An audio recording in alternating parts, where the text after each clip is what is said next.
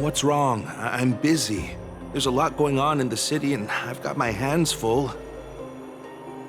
Mister, we're sorry to bother you, but... No, wait, Lady Castors, did Lady Aglaia send you because of some mistake I made at work? Keep your cool, Titus. I'm Anaxagoras from the Grove of Epiphany, and a colleague of your father, Old Titus.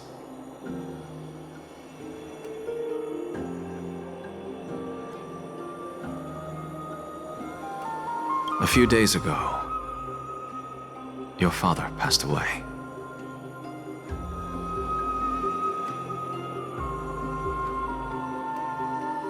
Wait, what? My old man died?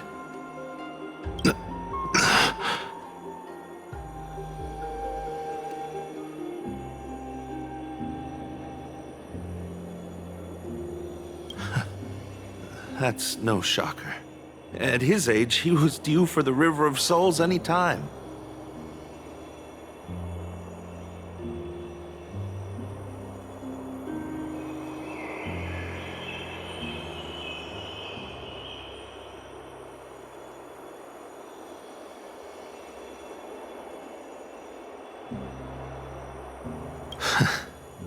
Just up and left me behind. That old man.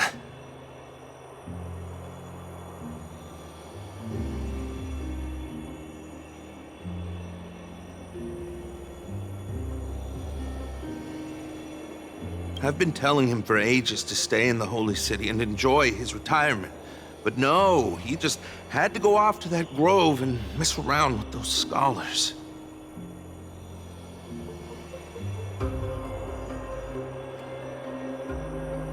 Still wouldn't budge after all those arguments. That stubborn old thing. I already got him a retirement home and was waiting for him to come around. All my effort is wasted now, and he didn't even give me a chance to say goodbye.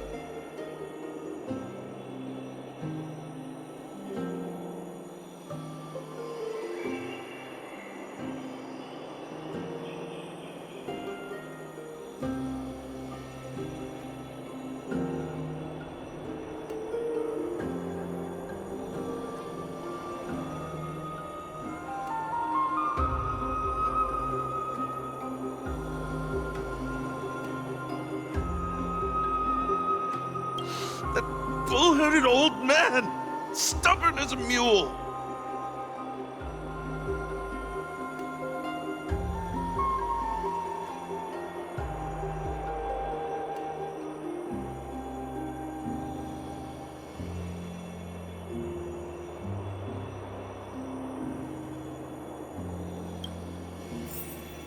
Talking about?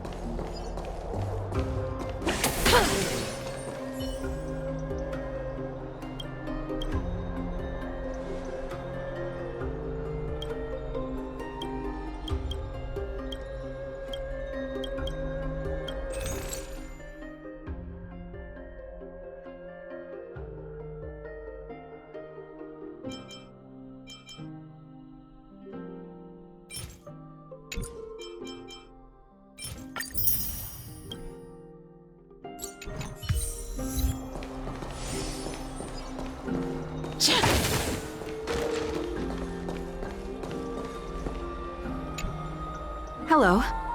And you are? Hello. If I'm not mistaken, you are Kallinicus' wife, right? Yes. Oh, are you a messenger? No wonder I haven't heard any news for so long. There's been a change in personnel, hasn't there? Ma'am, Kalinicus passed away a few days ago, defending the Grove against the Black Tide.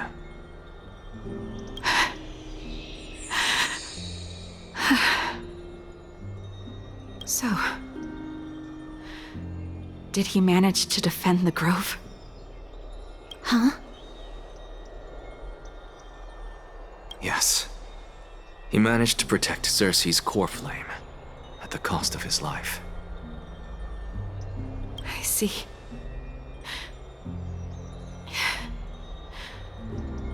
I'll select some of his possessions and pick a nice resting place for him. Please let us know if you need any help, ma'am. I come from Kremnos. Death and sacrifice are things I've learned to face with composure.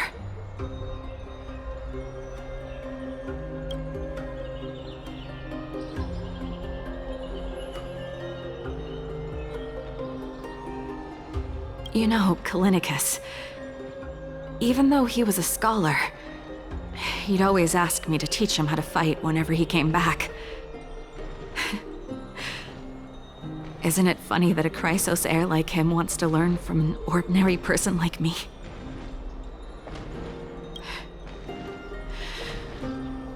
I've been prepared for this for a long time. In times like these, any ordinary goodbye might just turn out to be a final farewell. I'm really sorry. There's nothing to be sorry for. I was once a warrior, and I'll find my way back to the battlefield someday. With the coming coronation of the new king of Kremnos, I'll take up my lance against the creatures of the Black Tide and seek vengeance. That is it. That's all the colleagues' families that I remember. Good work, Miss. And Professor Anaxa. Let's go. Take me to see Aglaya. All right.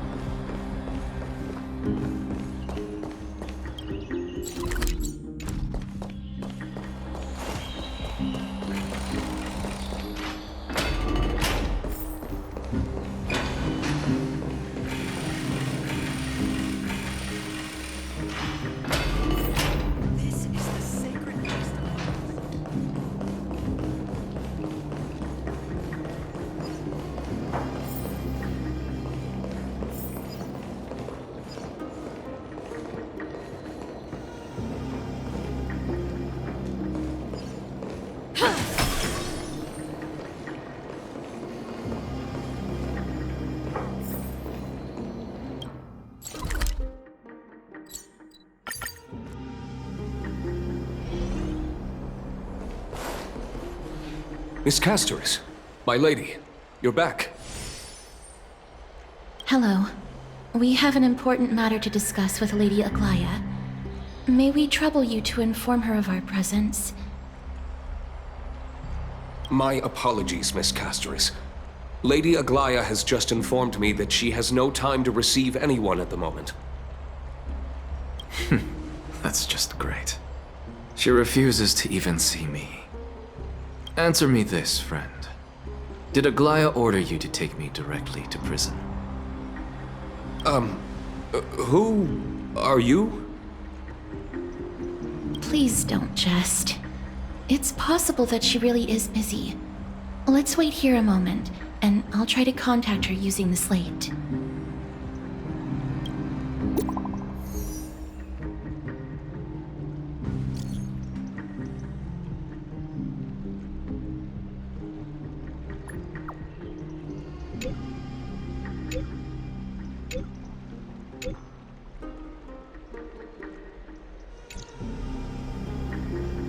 It's fortunate we don't have to confront that woman while I'm hauling around this sick body.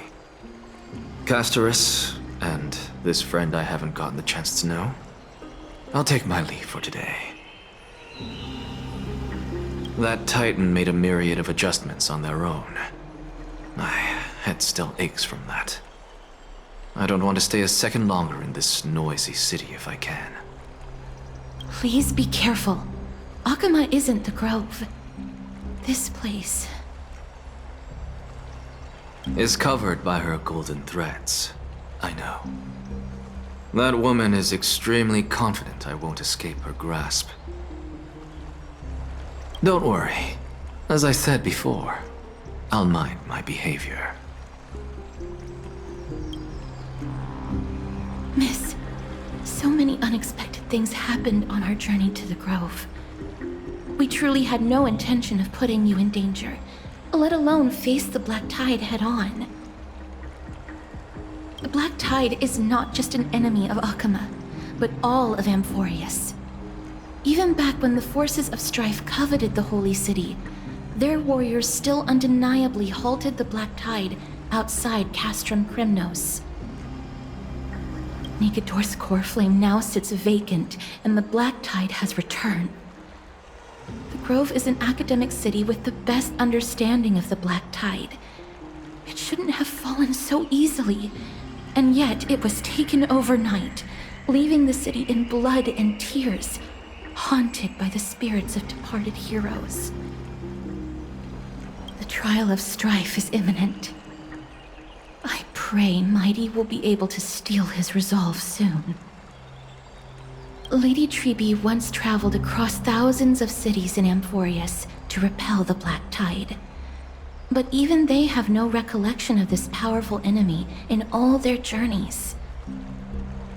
As for me, I detected a strong stench of death from that entity. But it wasn't because it had a connection with Thanatos. I'm afraid it's purely because it has sent countless others to their deaths. Speaking of Thanatos, Miss, there is something else I wish to verify with you. You must have an idea of the curse I bear by now. Yet when you caught me in the Grove, I'm curious why you weren't affected by my power, Miss. My apologies for the abrupt question. For all my life, I've always wondered, what is my connection to death? And why am I inextricably linked to Thanatos? Miss, you must be tired after being on the move these past few days. Please set aside the tragedy at the Grove for now, and rest for the day.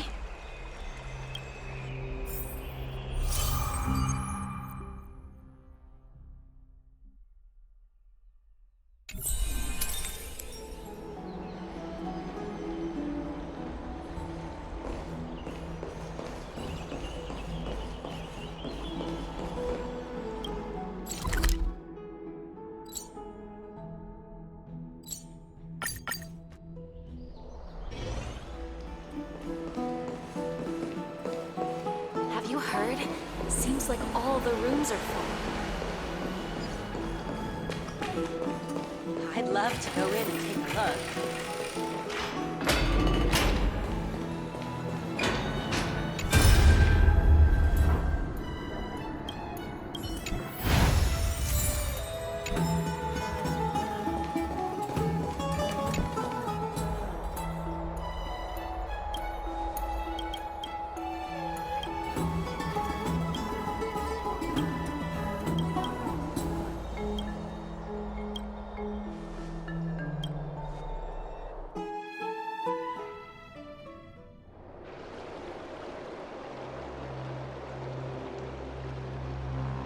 Trian?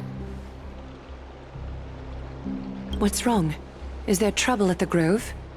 Yes, I sensed something.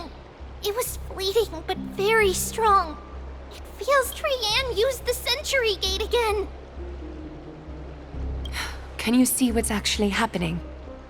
No, it's fuzzy like always. But the enemy's aura has disappeared. Maybe they've moved to a safe place? Let's hope that it's just a false alarm. We should place our trust in her and Castris, teacher. They will keep Trian safe. Aggie, you're talking like we're little kids. One day, Trian will reach her limit, and Trebi will take on the role of gatekeeper from her. We are all aware of that. I am just a little concerned about her state of mind. Trian was already unable to speak, even in short sentences when they left. We want to say a proper goodbye at the very least. I will pray with you. Thanks. And Aggie, it looks like we will need you to come with us to the baths this time to unwind. It feels like neither of us have laughed for a long while. It's time to head out with the West Wind!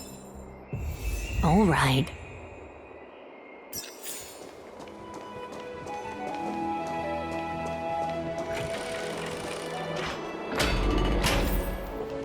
Here's really hot and heavy. Has it always been like this? Is someone... What happened? Watch out! For the Kremnoan! Kremnoan? This is their doing? Aggie, now's not the time to dwell on that. Let's help the injured people first. Excuse me! Coming through! Oh, you two are here as well. That's a relief. Even the Twilight Courtyard is involved? What in the world happened here? I actually just came to relax. But as soon as I got here, I saw all these people lying on the ground. I've examined them, and they don't seem to be seriously ill. It feels like they've just spent too much time in the hot water. Multiple individuals fainting simultaneously from the hot pool steam? Where is the manager of the baths? He disappeared, and no one knows where he's gone to.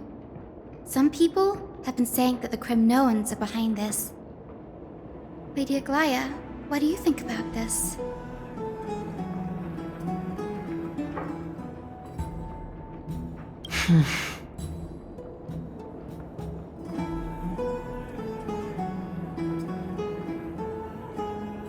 Let these people rest. The two of you, please come with me. Have you thought of something, Aggie? Yes. While their intentions elude me, it's time to bring this farce to a close. What's going on? This is really bad. Oh, this many people? Who in the world did this? This is all you can do, huh? Snowy! Even Snowy! The culprit is Mightimos. Dee, what did you do to everybody? It's just another duel where I claimed victory. Duel? As I expected. On the surface, these two are the mightiest warriors in the Holy City, but they're still impulsive youths at heart.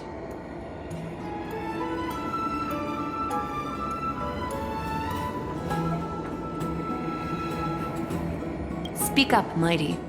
Tell us exactly what kind of foolishness you and Finan indulged in this time.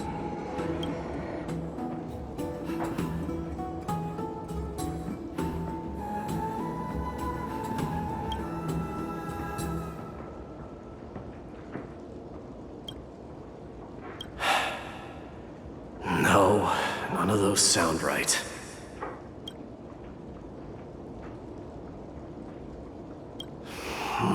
Forget it.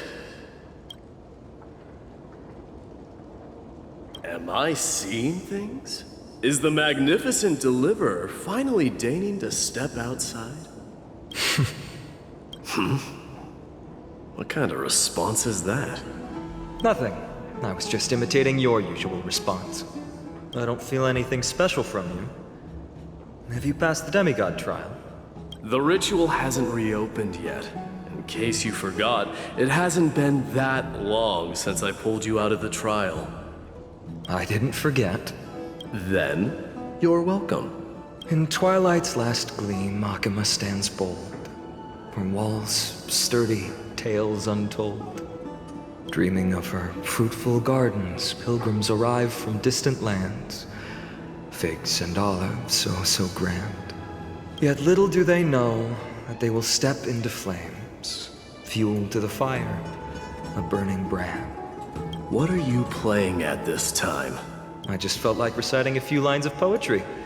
Surely the Crown Prince of Kremnos knows how to appreciate poetry, right? Kremnoans steer clear of such weak literature. But my library doesn't lack collections of this kind. These lines express the poet's yearning for their home, just as Akuma is distant from many people's homes. I know how to interpret poetry, Haikis. There's no point in pretending to be profound, my friend. Thank you for helping me out when I was in a tight spot, but it seems to me that you aren't prepared for the trial either. Don't compare your situation with mine. My people are still relying on me. I can't ascend to godhood on my own without first resolving their issues. So, are you suggesting that you, the mighty Mightimos, and the heir to the throne of Kremnos, wish to defy tradition that has endured among your people for millennia? I'm still thinking about what I should do. Never mind. It's probably not my place to offer you counsel. An idea does strike me, though. Go ahead.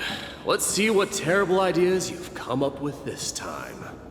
Maybe we both need to relieve some stress. Come, Mightimos, let's recommence our previous competition. This time, we'll see who can stay in the super hot bath for longer. What? Are you chickening out? The phrase chickening out does not exist in the Kremnoan language. I just find this situation absurd, that's all. All-knowing historian, are you not aware that we Kremnoans use boiling water from sword forging for our baths? Looks like I'll have to teach you some royal etiquette today. And thus, an unprecedented sauna battle commences! With unparalleled resolve, the two warriors' determination even alters the very hue of the steam.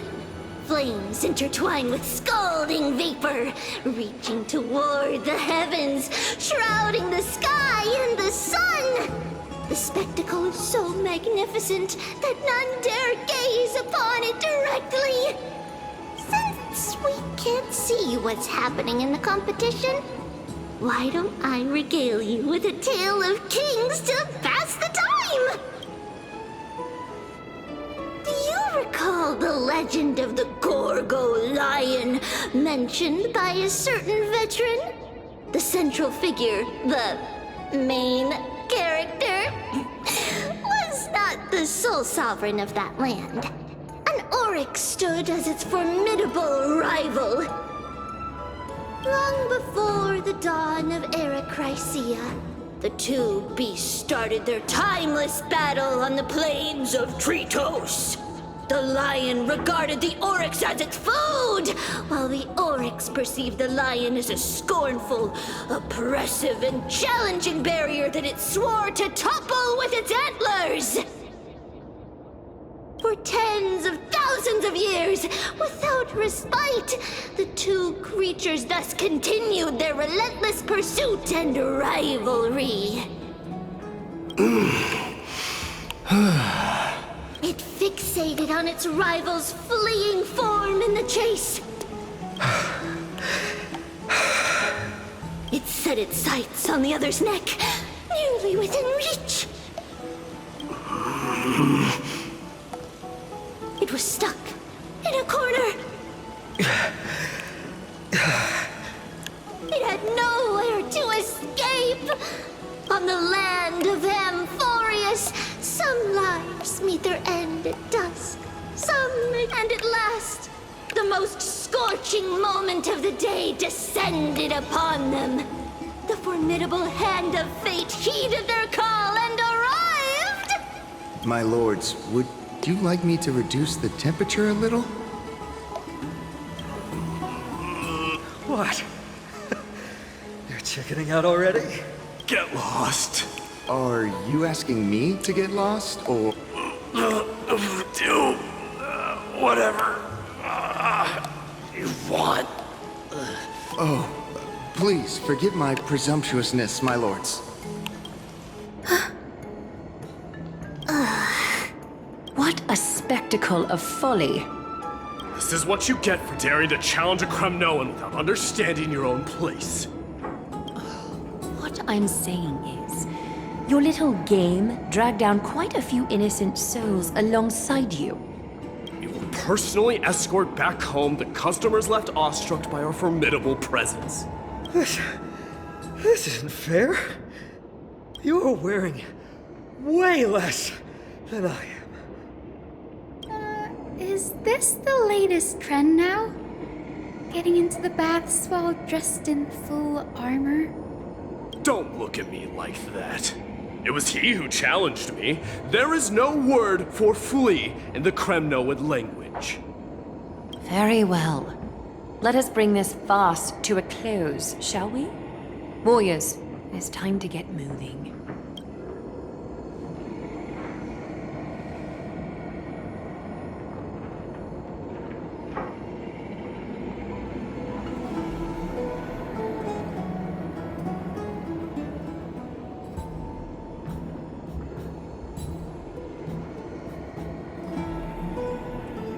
Alas, the flame chase journey is destined to be a lengthy one, replete with obstacles.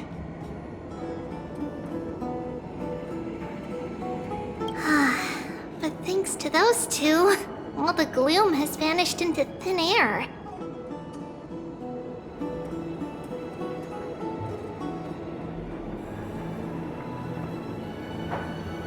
Oh, we just had quite the commotion. It's not every day we find the Marmoreal Palace this serene. Shall we continue with our previous plans? Hyacinth. Such an empty bath is indeed a rare sight.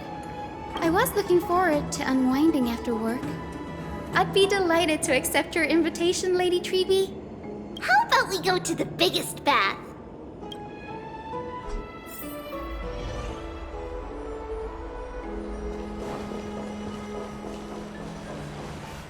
Let me check. The water temperature feels just perfect. So, how is the feeling of having the entire bath to yourselves? It's so good.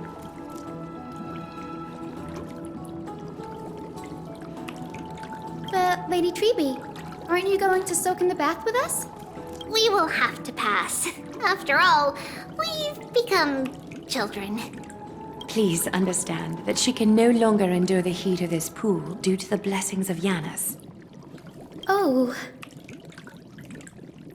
Are you curious about us, Hyacinth?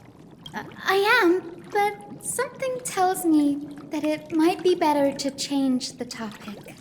Don't get all nervous. It's not something we can't discuss. The truth is, a long, long time ago, we were a mature adult just like Aggie. Then, because of reasons, we inherited Yanis's divinity and gained the power of passage. And in return, the price we had to pay was the splitting of our soul. Each opening of the Century Gate intensifies the strain on Treeby and the others. They are gradually regressing towards infancy, both in body and mind.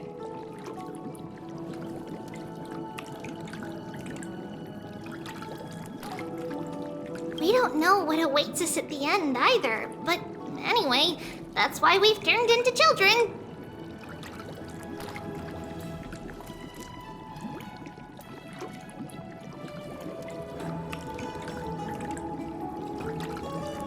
In that case, when you opened that giant sentry gate above Akama during the battle against Nikador, Well, there's no way around it.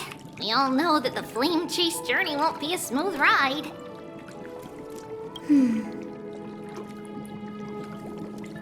maybe we can find a way to fix it. The primary research focus of Noosporists is the soul. We explore its depletion and methods to restore dispersed souls. As long as research continues, there might be a breakthrough that can help. We will do everything we can.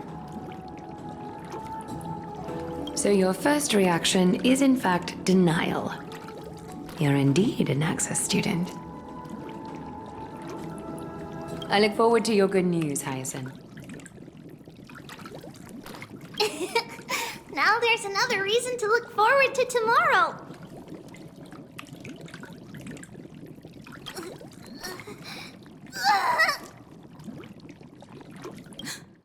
Lady Treeby, what's wrong? Something's off.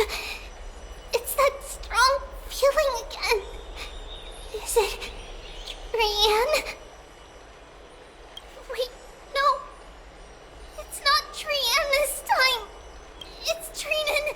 Trinan is in danger.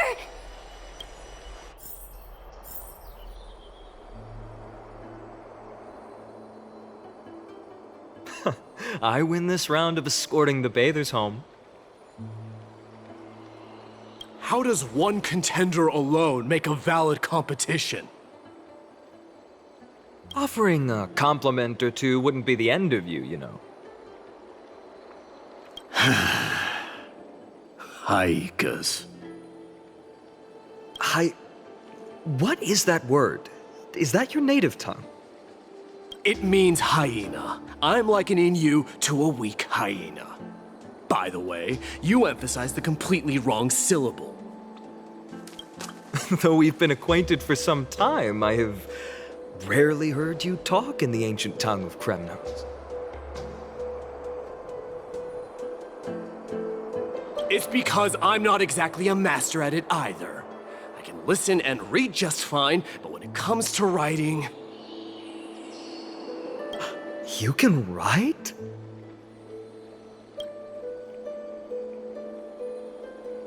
You speak as if you don't have a brain. That was in jest. I understand. After all, you spent all your childhood wandering far from home.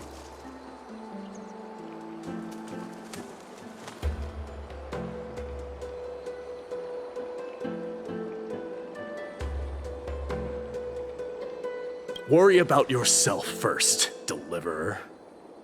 You also never mention your hometown, apart from when you need to introduce yourself.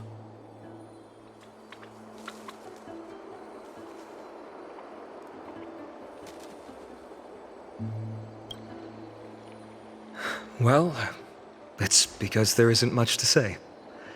Addis Elysiae is simply a tiny village that disappeared many years ago in the flames of war.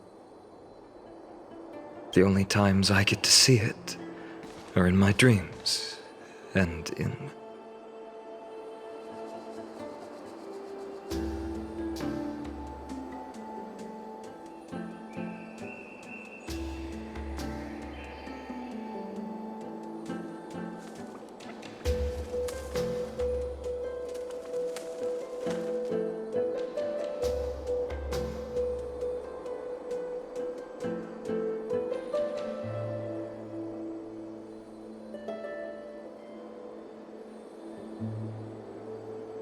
stand-in. And in the trial from the Lance of Fury.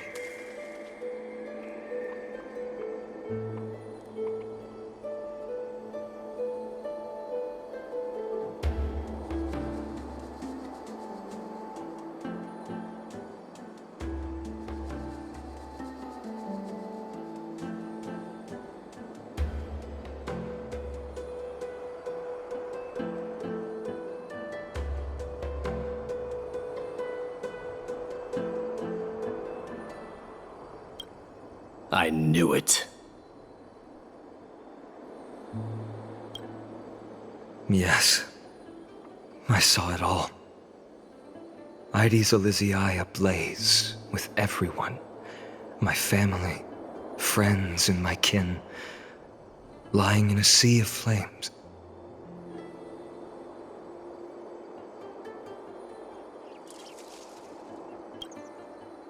A blood-red half-sun hung in the sky, just like on that day. And before my eyes, that murderer killed Cyrene.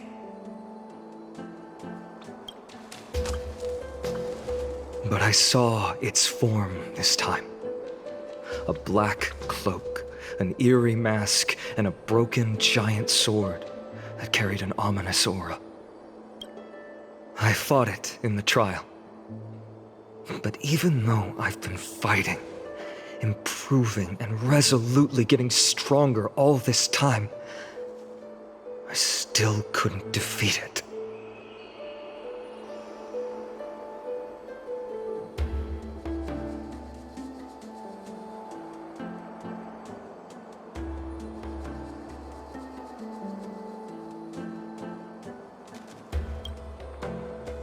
You were blinded by hatred and almost lost yourself in that trial.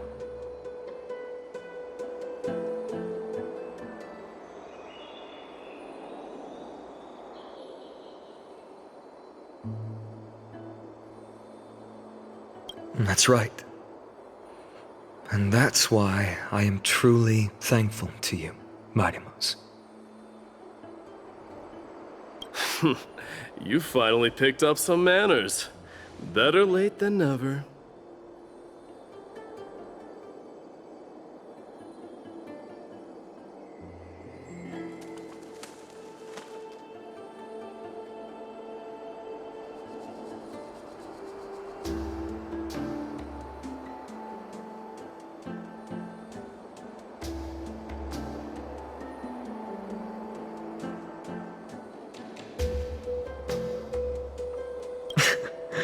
Then what about you, Mighty? What did you see in that trial? What do you fear? There is no word for fear in the Kremnoan language.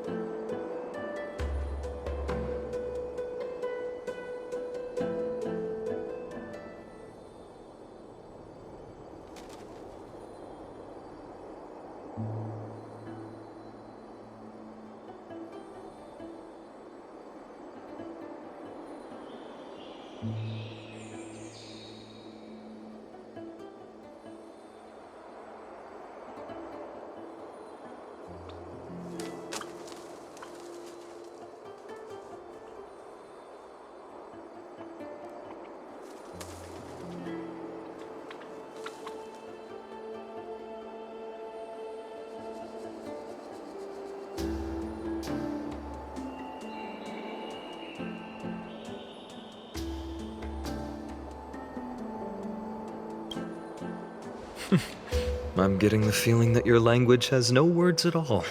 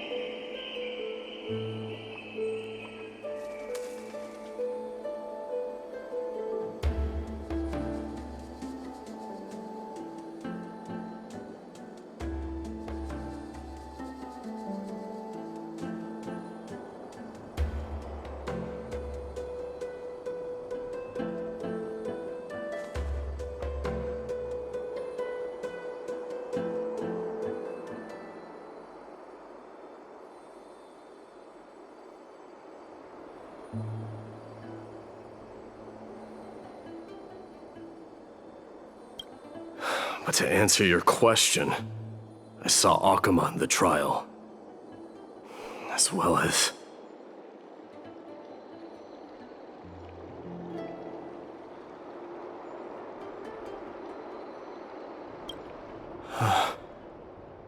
my old comrades.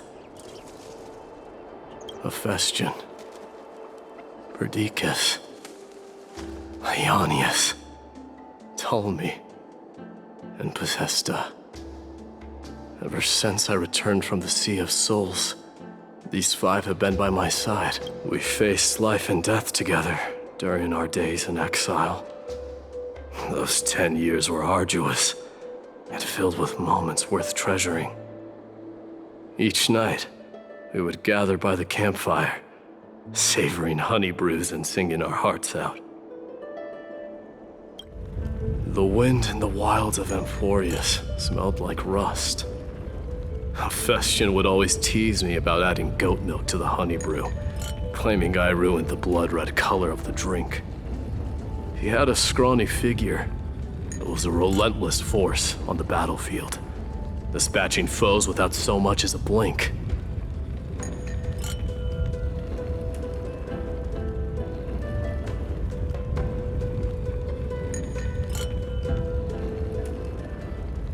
Perdiccas was an expert in concocting medicines, delving into all those strange folk remedies. Leonius was a swift runner and our most reliable messenger.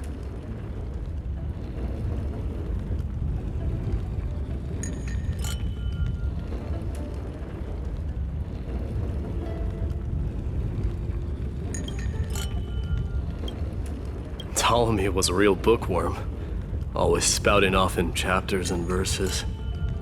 When we left Kremnos, he made off with a stack of ancient tomes from the Grand Library. Not like it mattered, as my family owns the library. And then there was Possesta.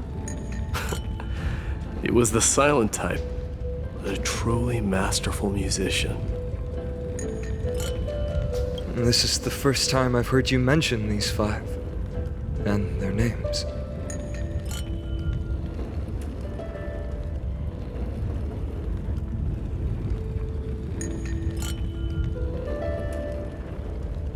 They died on the battlefield before the Kremnoan detachment managed to join Akuma.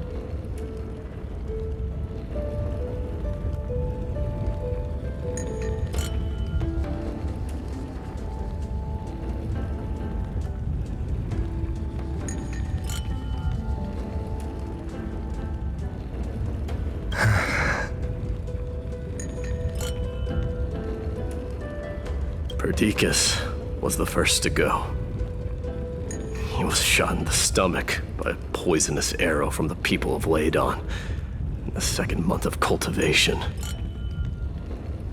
In the end... My Deimos, do not mourn. I have achieved honor by bestowing a noble death upon the enemy. Leonius died in the 5th winter. Idonia's snowstorm lasted 3 full months. On the night of the fiercest storm, our foes launched their assault. Idonia? Yes. Oh, they cornered us in the bottomless swamp. Leonius covered for our retreat, and they cut his legs off. He vanished into the mire of a foreign land, his body never to be recovered.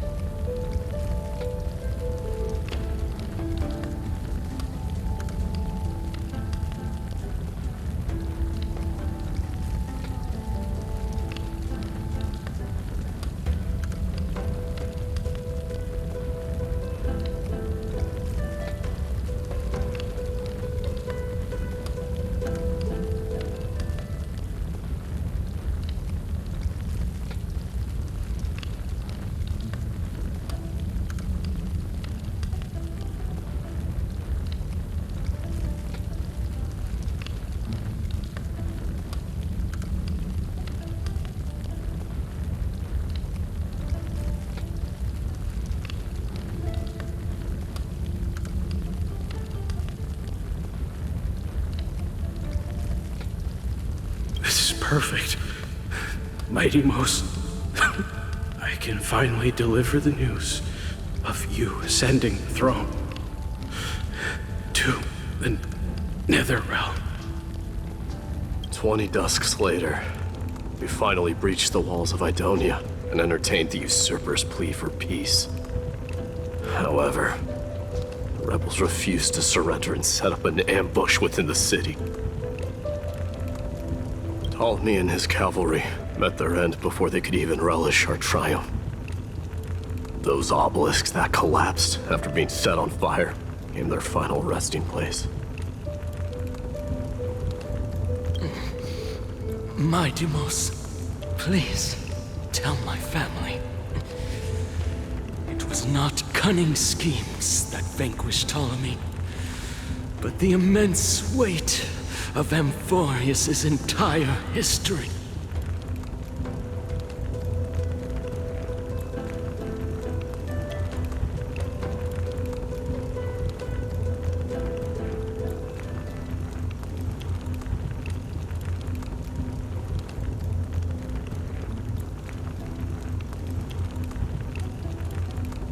Then, it was Pacesta. He lured the enemies into the city of Aenionis with his melodies, buying us invaluable time. Our enemies, consumed by indignation when they discovered the trick, set the entire city and my soldiers on fire. His final words were recorded on a small clay tablet, fractured by the flames.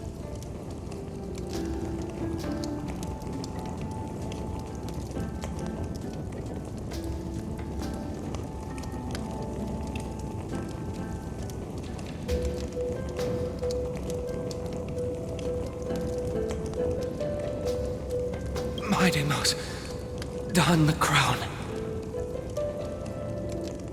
And at last, my most trusted friend, Hephaestion. He was supposed to stand by my side through it all. But a sudden relapse of his illness hit him on the eve of my duel against my father. He hid his condition from me. By the time I returned victorious, he had but a breath left in him. A Kremnoan, dying on a sick bed. I would be a laughingstock to everyone.